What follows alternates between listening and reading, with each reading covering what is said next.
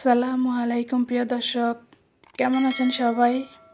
আলহামদুলিল্লাহ আমি ভালো আছি। আজ আপনাদের সাথে শেয়ার করব সিম তরকারি, ইলিশ মাছ দিয়ে সিম রান্না করব আজ আমরা। তার জন্য প্রথমেই আমি পাতিলে তেল দিয়ে পেঁয়াজ মরিচ ভেজে নিয়েছি। আদা রসুন গলে যাওয়ার পর এইখানে আমি হলুদের গুঁড়া, মরিচের গুঁড়া, ধনিয়া জিরার গুঁড়া, স্বাদ মতো লবণ দিয়ে অল্প একটু পানি দিয়ে মশলাটা কষিয়ে নেব।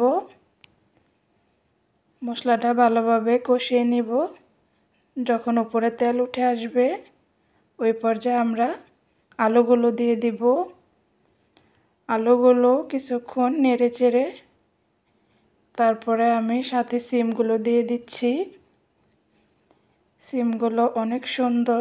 সিমগুলো আমি ভালোভাবে নেড়ে চেড়ে মশলার সাথে মিশিয়ে ঢাকনা দিয়ে ঢেকে কষিয়ে রান্না করে নেব সিদ্ধ হওয়া পর্যন্ত।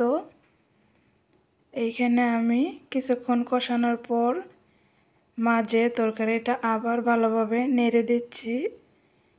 নেড়ে দিয়ে আমি যখন সবজিটা হাফ সিদ্ধ হয়ে আসবে তার মধ্যে টমেটো দিয়ে দেব। টমেটো দিয়ে ভালোভাবে নেড়ে চেড়ে আবারও ঢেকে রান্না করব। এই তো সিদ্ধ হয়ে আসছে। এখন আমি তরকারিতে ঝোলের জন্য পানি দিয়ে দেব।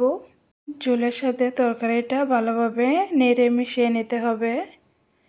ঝোলের সাথে যখন মেশানো শেষ আমি এখন বলক আসা তরকারিতে ইলিশ মাছ ভাজাগুলো দিয়ে দিচ্ছি।